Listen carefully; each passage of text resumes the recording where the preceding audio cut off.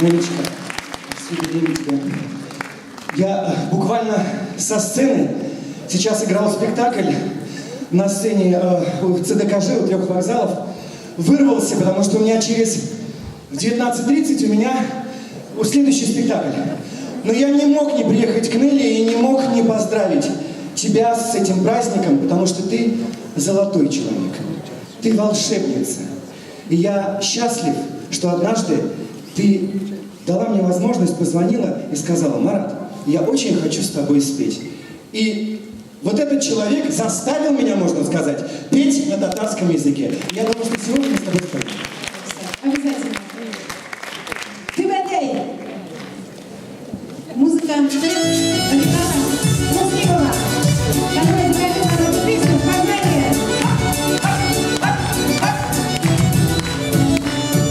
Altın bize gelip dübetey başkayıma taptaman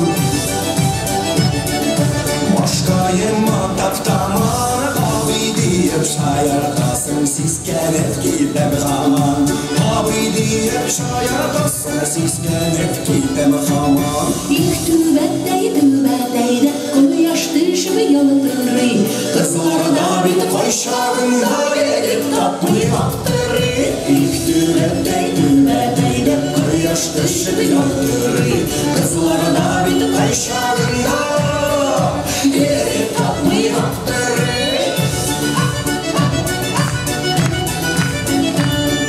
Benim aygır yigitlerine dübeteydi sanmıyorlar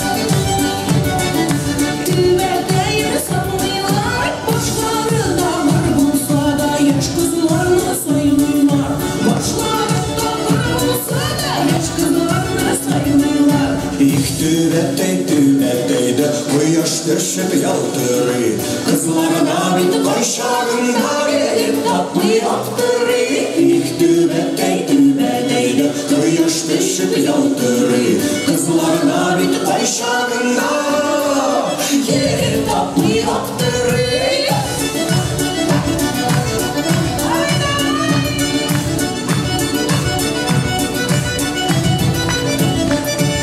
Altı bize gelip dübetey salavatlı kemike Salavatlı kemike Kız diyelim hattını bulup eğlenip şidge gider Kız diyelim hattını bulup eğlenip şidge gider İlk dübeteydi Kolu yaş düşümü yalıtırı Kızlarda bir koşağında gelip tatlı yaptırı İlk dübeteydi Koyaş düşüp yaptırı Kızlarda bir koşağında gelip tatlı yaptırı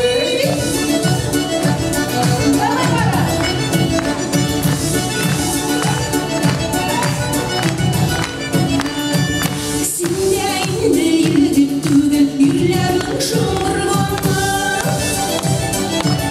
Yürlerin şımırganı Dübeteyine mutlu Mutlu yürüme dünyana Dübeteyine mutlu Mutlu yürüme dünyana İlk dübeteydi Koyaş düşüp yaptırı Kızlarda bir koşağında gelip tatlı yaptırı İlk dübeteydi Koyaş düşüp yaptırı Kızlarda bir koşağında gelip tatlı yaptırı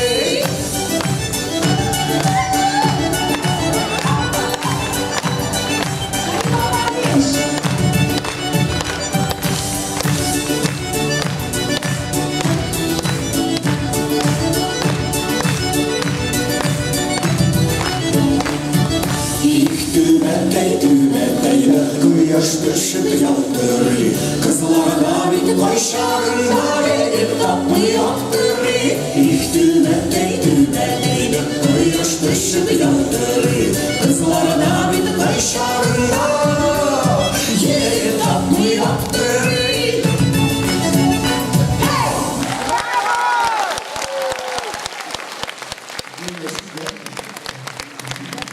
Marat Başaran.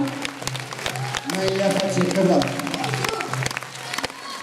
Bütün şartını alkışlayıp Hamanda şöyle Atışlarga kömülüp yaşa.